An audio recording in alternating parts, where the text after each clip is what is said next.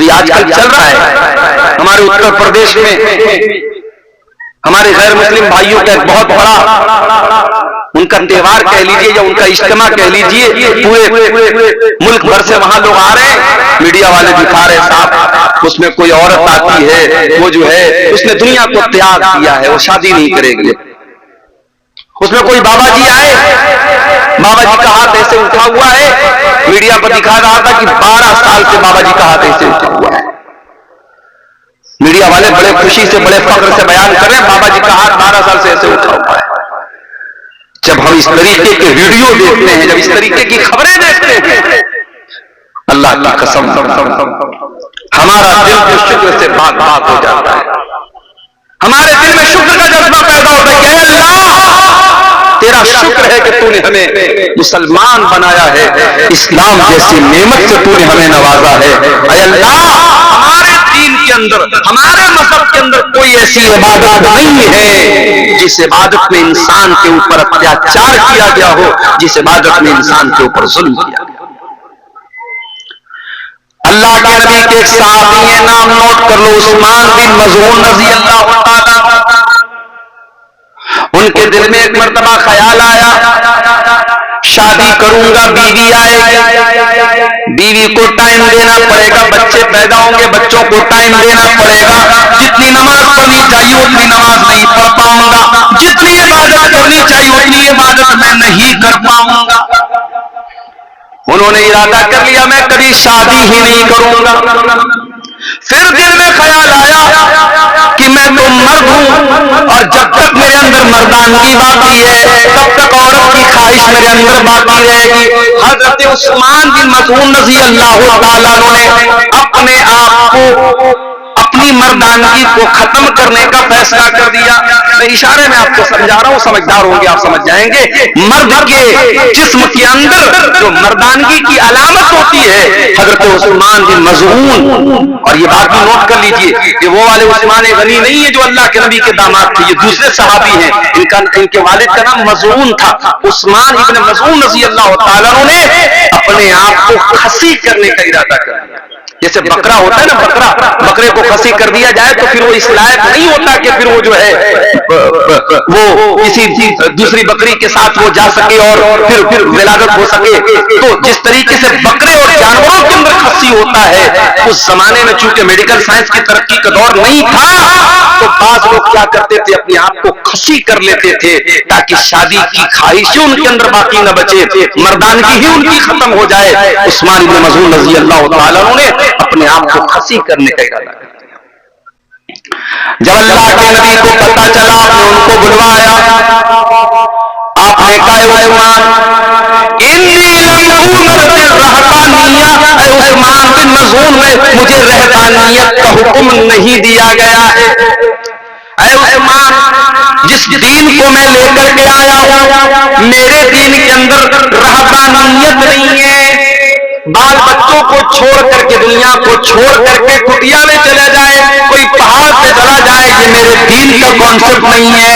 اے عثمان ابن مظعون کان کھول کر کے سن لو، انی امرت ان انام و اقوم، مجھے حکم دیا گیا ہے میں رات میں آرام بھی کروں اور تہجد کی نماز بھی پڑھوں۔ مجھے حکم دیا گیا ہے میں روزہ بھی رکھوں اور میں بے روزہ بھی رہوں، یعنی کنٹینیو نفل روزہ نہ رکھوں، کبھی روزہ رہوں کبھی نہ رہوں، میں کنٹینیو روزہ نہ رکھوں، نفل روزہ کی بات ہوئی۔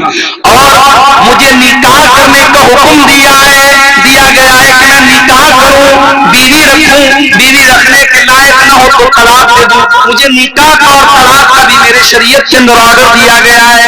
اور اے عثمان بن مظعون یہی میری شریعت ہے اور یہی میرا طریقہ ہے، فمن رغب عن سنتی فلیس منی، جو میرے طریقے سے ہٹ جائے اس کا مجھ سے کوئی تعلق نہیں ہے۔ اے عثمان کان کھول کر کے سن لو، اگر تم میرے طریقے سے ہٹنا چاہتے ہو تو کان کھول کر کے میری وارننگ سن لو، پھر مجھ سے کوئی تعلق نہیں ہے۔ حضرت عثمان ابن مظعون رضی اللہ تعالیٰ کو اپنی غلطی کا احساس ہوا، انہوں نے فوراً رجوع کیا۔ ایک اور صحابی تھے، نام نوٹ کر لو ان کا بھی، عبداللہ بن عمرو بن عاص رضی اللہ تعالیٰ، بہت نیک صحابی، اللہ والے صحابی، رات رات پر نماز پڑھنے والے صحابی، دن میں نفل روزہ رکھنے والے صحابی، شادی ہوئی، بیوی کے پاس جا ہی نہیں رہے، بیوی کے پاس جا ہی نہیں رہے، بیوی کا حق ہی ادا نہیں کر رہے۔ بہو کو سسر نے دیکھا 3-4 دن کے بعد بہو کا چہرہ اترا ہوا ہے، بہو نے بال بھی کنگھی نہیں کیا ہے، سسر نے پوچھا بھئی کیا بات ہے، تیری نئی نئی شادی ہوئی ہے، تو ایسا حلیہ کیوں بنا کے بیٹھے؟ کہا کہ ابو آپ کے بیٹے کو مطلب ہی نہیں ہے مجھ سے، رات میں نماز پڑھنی ہے، دن میں روزہ رکھنا ہے، ان کو تو بس روزہ رکھنا ہے، نماز پڑھنا ہے، ان کو بیوی سے کہا مطلب ہے۔ سسر سمجھ گئے کہ مسئلہ کیا ہے، لیکن بہت ساری باتیں باپ ڈائریکٹ بیٹے سے نہیں بول سکتا۔ حضرت عبداللہ کے والد جو تھے عمرو بن عاص، وہ بھی بہت بڑے صحابی تھے، انہوں نے آ کر کے اللہ کے نبی سے کہا کہ اللہ کے نبی ایسا ایسا معاملہ ہے، میری بہو نے اشارے میں بتایا ہے کہ میرا بیٹا اپنی بہو اور اپنی بیوی کی ضرورتیں پوری نہیں کرتا ہے، اے اللہ کے رسول آپ میرے بیٹے کو بلا کر کے سمجھائیے۔ اللہ کے پیارے نبی نے حضرت عبداللہ کو بلوایا، آپ نے کہا عبداللہ مجھے پتہ چلا ہے کہ تم رات رات پر نماز پڑھتے ہو، کہا ہے اللہ کے نبی بالکل صحیح بات، اے عبداللہ مجھے معلوم ہوا ہے تم کنٹینیو لگاتار نفل روزہ رکھتے ہو، ہاں اللہ کے نبی بالکل صحیح بات ہے، میں روزہ بھی رکھتا ہوں، میں رات رات پر نماز بھی پڑھتا ہوں۔ آپ نے کہا ہے عبداللہ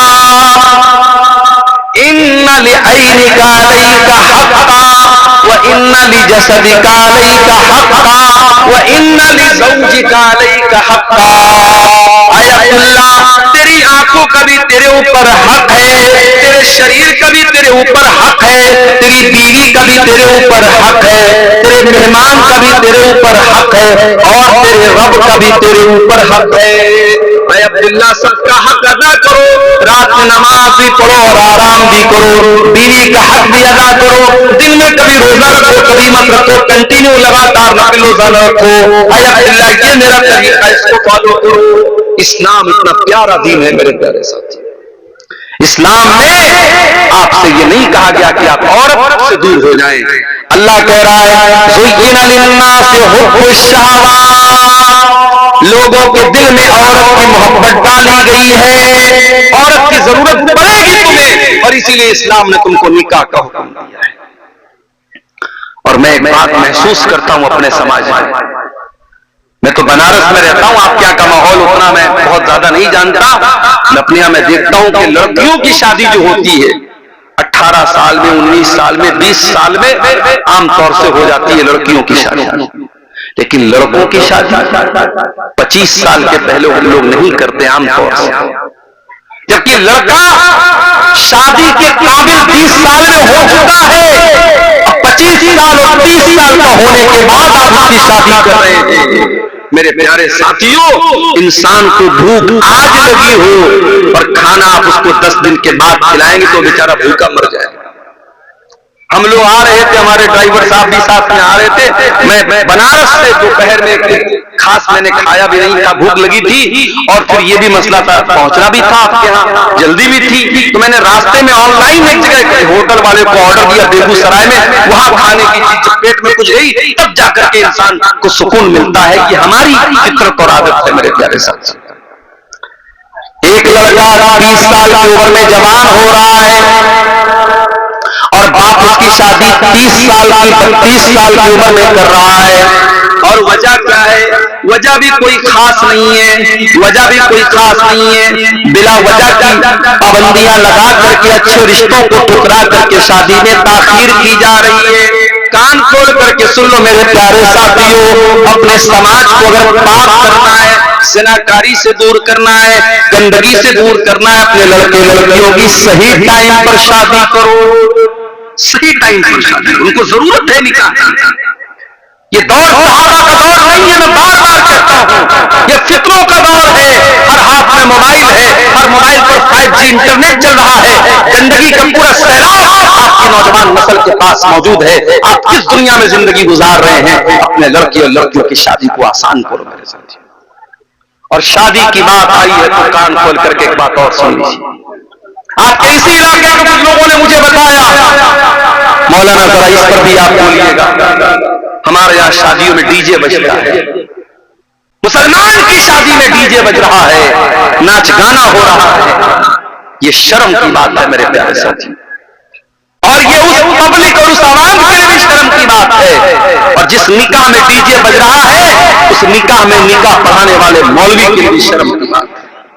ہمارے بنارس میں بھی ایک دور تھا شادیوں میں بینڈ باجا بجتا تھا، لیکن علماء نے مل کر کے آپس میں طے کیا کہ جہاں شادی میں بینڈ باجا بجے گا ہم نکاح نہیں پڑھائیں گے، ہم شامل نہیں ہوں گے۔ سارے علماء جب متحد ہو گئے، قوم کی اتنی ہمت نہیں تھی سارے علماء سے پنگا لے سکے، آخر حالات بدلے اور آج بنارس میں آپ چلے جائیے، ٹھیک ہے اور برائیاں آپ کو ملیں گی مگر شادی کے پر کہیں بھی آپ کو مسلمان کی شادی میں کہیں بینڈ باجا اور ڈی جے وغیرہ نہیں۔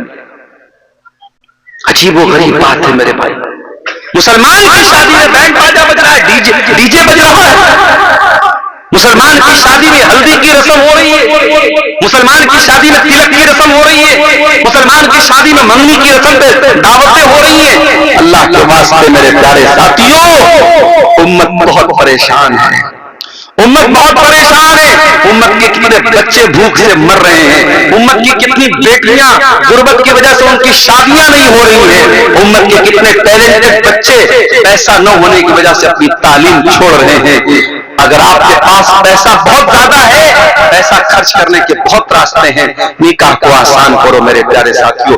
میں حیدرآباد میں تقریر کرنے گیا تھا، وہاں پر بھی میں نے کہا حیدرآباد میں شادی ہوتی ہے، ایک شادی میں 20 طریقے کا کھانا بنتا ہے، میں نے وہاں پر بھی کہا ایک طریقے کا کھانا بناؤ میرے بھائی، 19 طرح کا 20 طریقے کا کھانا نہ بناؤ، ایک طریقے کا کھانا بناؤ، 100 لوگوں کو کھلا دو، ضروری نہیں 1000 لوگوں کو کھلایا جائے، شادی کو آسان کرو، سمپل کرو۔ اللہ کے پیارے نبی نے فرمایا اِنَّ أَعْظَمَ النِّكَاحِ بَرَكَةً أَيْسَرُهُ مَوْنَةً، سب سے زیادہ برکت والا نکاح وہ ہے جس میں سب سے کم خرچ کیا جائے۔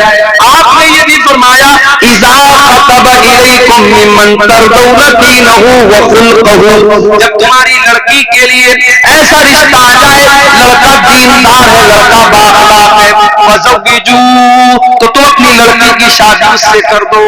ہمارے یہاں تو نہیں صاحب، ہم شیرشاہ آبادی ہیں تو شیرشاہ آبادی میں ہی کریں گے، ہم انصاری ہیں تو انصاری میں ہی کریں گے، ہم شیخ ہیں تو شیخ میں ہی کریں گے۔ یہ برادری بات کہاں سے آیا میرے بھائی؟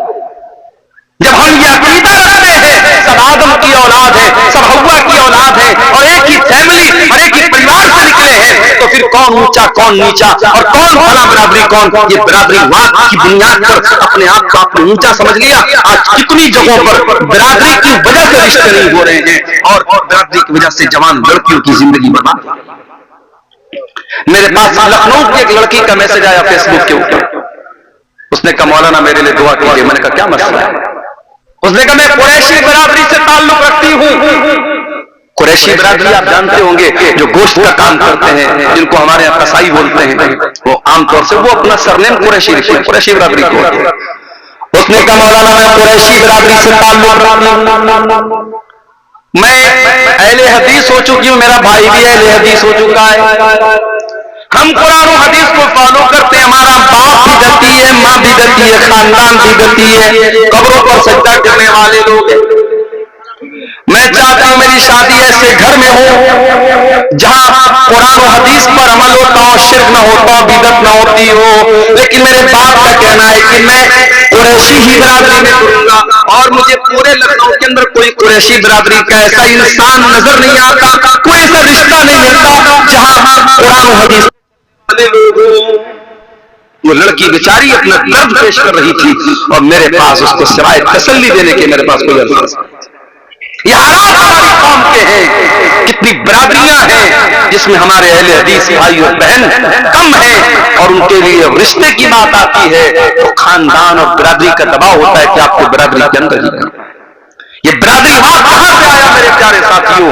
ہمیں اور آپ کو اس کی جڑوں کو بھی توڑنے کی ضرورت ہے۔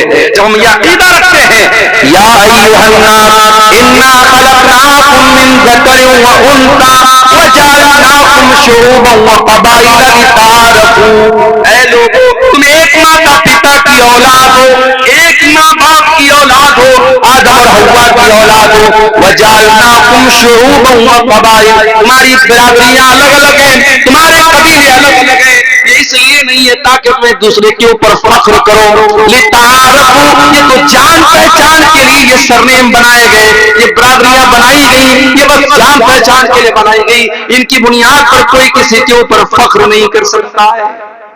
شادی بیاہ میں آج برادری واد میں بھی میرے پیارے ساتھیوں بہت نقصان کیا ہے شریعت کا۔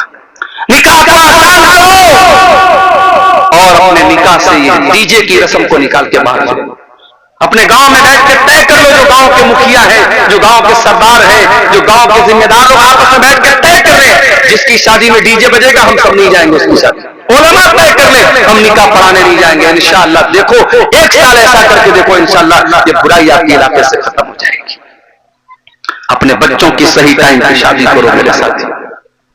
اللہ کے نبی نوجوانوں کو خطاب کر کے فرماتے ہیں یا معاشر الشباب من استطاع منکم الباءۃ فلیتزوج، اے نوجوانوں جب تم شادی کے قابل ہو جاؤ تو تم نکاح کر لو، فإنہ اغض للبصر، نکاح کرنے سے تمہاری آنکھیں جھک جائیں گی، وأحسن للفرج، اور تمہاری شرمگاہ کی حفاظت ہو جائے گی۔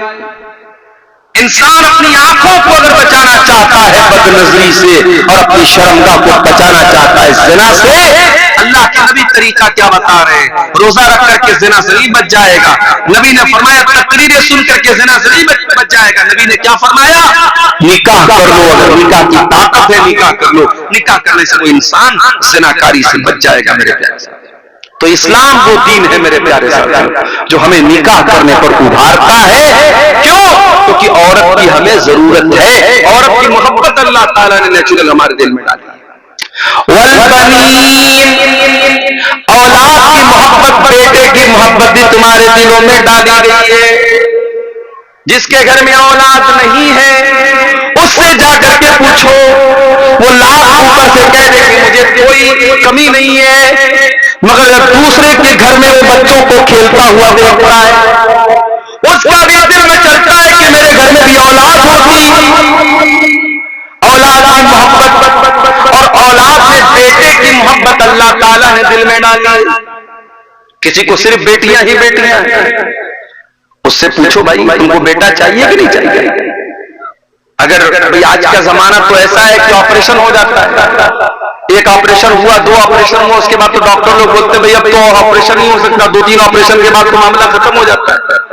اب جس کو صرف بیٹیاں ہیں اس سے پوچھو بھائی تمہیں بیٹا چاہیے، تو وہ اوپر سے تو کہے گا نہیں یار لڑکیاں آج کے دور میں کافی ہیں، یہ ہے وہ ہے، مگر دل میں کہیں نہ کہیں بیٹے کی کمی کا احساس ہے۔ میں یہ نہیں کہہ رہا ہوں کہ بیٹیاں نعوذ باللہ بیٹیوں کا درجہ بیٹوں سے کم ہے، میں ایک نیچرل بات بتا رہا ہوں کہ بیٹے کی محبت اللہ قرآن میں کہہ رہا ہے کہ بیٹے کی محبت تمہارے دل میں ڈالے، بیٹے کی ضرورت پڑتی ہے انسان۔ والقناطیر المقنطرۃ من الذهب والفضة، اور سونے چاندی کے خزانوں کی محبت، مال و دولت کی محبت بھی تمہارے دل میں ڈالی گئی ہے۔ جتنی بھی دولت تم کو مل جائے لیکن تمہارا پیٹ بھرنے والا نہیں ہے۔ کل تک جو 10,000 روپیہ مہینہ کما رہا تھا، بڑی مشکل سے گھر چلا رہا تھا، دعا کر رہا تھا اے اللہ میری آمدنی بڑھا دے، اللہ نے 10,000 سے 50,000 کر دیا، اب 50,000 پہ تو اس کا پیٹ بھر جانا چاہیے، مگر 50,000 پر بھی پیٹ نہیں بھرے گا، 1,00,000 ہو گئی اب تو پیٹ بھر جانا چاہیے، 1,00,000 سے بھی پیٹ نہیں بھرا۔ اللہ کے نبی فرماتے ہیں لو کان لابن آدم وادیان من ذهب، اگر آدم کے بیٹے کے پاس سونے کی 2 وادیاں آ جائیں لبتغى ثالثا، وہ تیسرے کی تمنا کرے گا، اسے تیسری بھی چاہیے۔ 2 وادی مل گئی، سونے کے 2 پہاڑ مل گئے، اس سے پیٹ نہیں بھرے گا، اسے تیسری بھی وادی چاہیے، تیسرا بھی پہاڑ چاہیے۔ اور آگے اللہ کے نبی فرماتے ہیں ولا يملأ جوف ابن آدم الا التراب، انسان کے پیٹ کو اگر کوئی چیز بھر سکتی ہے تو قبر کی مٹی بھر سکتی ہے۔ جب قبر میں جائے گا وہی جا کر کے پیٹ بھرے گا، دنیا میں کبھی پیٹ نہیں بھر سکتا۔ اللہ کہہ رہا ہے کہ اے انسان تیرے دل میں مال کی محبت، سونے کی محبت، چاندی کی محبت تیرے دل میں ڈال دی۔ والخیل المسومۃ،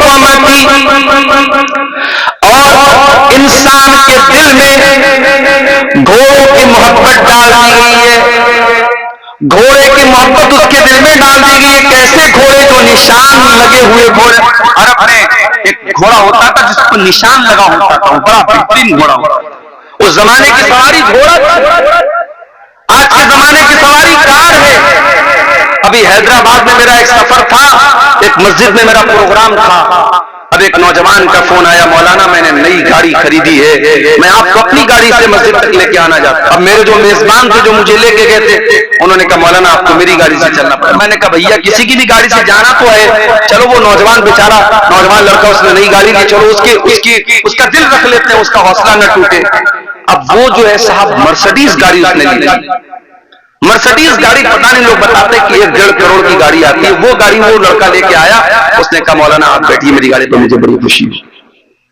1.5 کروڑ کی لوگ گاڑیاں لیتے ہیں میرے بھائی. گاڑی اور سواری آج کے زمانے میں شان و شوکت اور اسٹیٹس سمبل بن چکی ہے. اللہ نے کہا کہ تمہارے دلوں میں ہم نے ڈالا ہے گھوڑے کی محبت. اس زمانے کی سواری گھوڑے تھی, آج کے زمانے کی سواری کار ہے, آج کے زمانے کی سواری بائک ہے. ہمارے نوجوان لڑکا بلٹ اس کے ہاتھ میں آ جائے اور گاؤں میں جب بلٹ چلاتا ہے ایسا تیزی سے وہ بلٹ تو کھڑ کھڑ آواز دیتی ہے اور ہارن اس کا بجتا ہے, پورے گاؤں میں جو ہے اپنا وہ دبدبا قائم کرتے ہوئے گاڑی سے نکلتا ہے, بائک سے نکلتا ہے, 4 ویلر سے نکلتا ہے. تو انسان کے دل میں اس کے سینے میں اللہ تعالیٰ نے سواریوں کی محبت ولانا, اور اللہ تعالیٰ نے انسانوں کے دلوں میں چوپایوں کی محبت بھی ڈالی ہے. آپ کو گاؤں دیہات میں آپ زیادہ اچھی طریقے سے سمجھتے ہو, گائے بیل بکری یہ جو چوپائے ہوتے ہیں, جو لوگ اس کو پالتے ہیں, بڑی محبت ہوتی ہے اپنے چوپائے سے. اور انسان کو اپنی کھیتی باڑی سے بڑی محبت ہوتی ہے. 6 چیزوں کا نام اللہ نے لیا. عورت کی محبت تمہارے دل میں ہے, اولاد کی محبت, بیٹے کی محبت تمہارے دل میں ہے, سونے چاندی کی محبت تمہارے دل میں ہے, اور گھوڑے کی محبت تمہارے دل میں ہے, چوپائے کی محبت تمہارے دل میں, اور کھیتی باڑی کی محبت تمہارے دل میں ڈالی گئی ہے. 6 چیزوں کا نام لینے کے بعد اللہ نے کیا فرمایا, ذالک متاع الحیات الدنیا واللہ عندہ حسن المآب. اے میرے بندو, یہ زمین, یہ جائیداد, یہ عورت, یہ دولت, یہ سب یہی رہ جائیں گے. اللہ کے یہاں بہترین ٹھکانہ تم کو تبھی ملے گا جب تم اللہ کو خوش کرو گے. یہ سب تو دنیا کا سامان ہے, سب ٹھاٹ پڑا رہ جائے گا جب لاد چلے گا بن جائے گا. کبھی قبر میں آپ کا بیٹا آپ کے ساتھ جائے گا کیا؟ نہیں جائے گا. آپ کا بیٹا آپ سے بہت محبت کرتا ہے, آپ مر جائیں گے, آپ کا بیٹا آنسو بہائے گا, روئے گا, آپ کی تعریف کرے گا. مگر آپ کا وہ بیٹا جو آپ سے اتنی محبت کرتا ہے, وہ بیٹا بھی آپ کی لاش کو 24 گھنٹے سے زیادہ اپنے گھر میں نہیں رکھے گا. 24 گھنٹے کے اندر کفنائے گا, مولوی صاحب کو بلائے گا, جنازے کی نماز پڑھوائے گا, آپ کو کفن کے 3 چادروں میں لپیٹ دے گا اور آپ کو قبرستان لے جا کر کے قبر کے حوالے کر دے گا. آپ کی اولاد, آپ کے رشتہ دار سب آئیں گے اور آپ کو مٹی دے کر کے چلے جائیں گے, ہاتھ جھاڑ کے چلے جائیں گے. کوئی قبر میں آپ کا ساتھ دینے نہیں آئے گا. میرے ساتھ وہ مال, جس مال کے چکر میں آپ نے حلال و حرام کو بھلا دیا, سود کا پیسہ آپ کے گھر میں آیا, جوا کا پیسہ آپ کے گھر میں آیا, حرام کا پیسہ آپ کے گھر میں آیا, آپ کی جیسے سانس کی ڈور بن گئی, آپ کے دل کی دھڑکن بند ہو گئی, وہ سارا پیسہ دوسروں کا ہو گیا. بھائی انسان مرا, پیسہ کس کا ہو گیا؟ وارث کا ہو گیا, بیٹے کا ہو گیا, بیوی کا ہو گیا, ماں کا ہو گیا, باپ کا ہو گیا. انسان کچھ لے کے نہیں جا رہا ہے, قبر میں اکیلا جا رہا ہے. قبر میں نہ مال آپ کے کام آیا, نہ بچے آپ کے کام آئے, نہ بیوی آپ کے کام آئے, کوئی کام نہ آیا.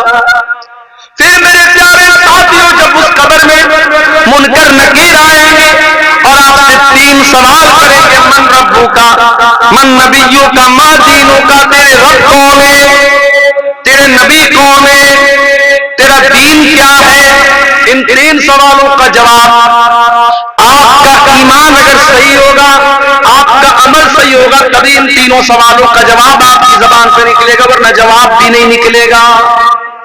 ان تین سوالوں کا جواب نہیں نکل پائے گا انسان کے زبان سے اگر اس کا عقیدہ صحیح نہیں ہے، اس کا ایمان صحیح نہیں ہے، ان تینوں سوالوں کا جواب وہ نہیں دے پائے گا۔ اس کے بعد اللہ کے نبی فرماتے قبر دبوچے گی، قبر تنگ ہو جائے گی۔ ہائے ہائے، عبد الغفار صاحب بہت تقریریں کیا کرتے تھے، بہت آپ نے قرآن کی آیتیں پڑھ پڑھ کے سنائیے، آپ کی قبر میں آپ کا کیا انجام ہوگا؟ ارے میری کیا حیثیت ہے، یہاں نبی کے صحابی کا میں آپ کو واقعہ سنا رہا ہوں، نام نوٹ کر لو میرے نوجوانوں۔ اگر فیس بک پر کبھی فالتو چیزیں دیکھنے سے ٹائم مل جائے تو کبھی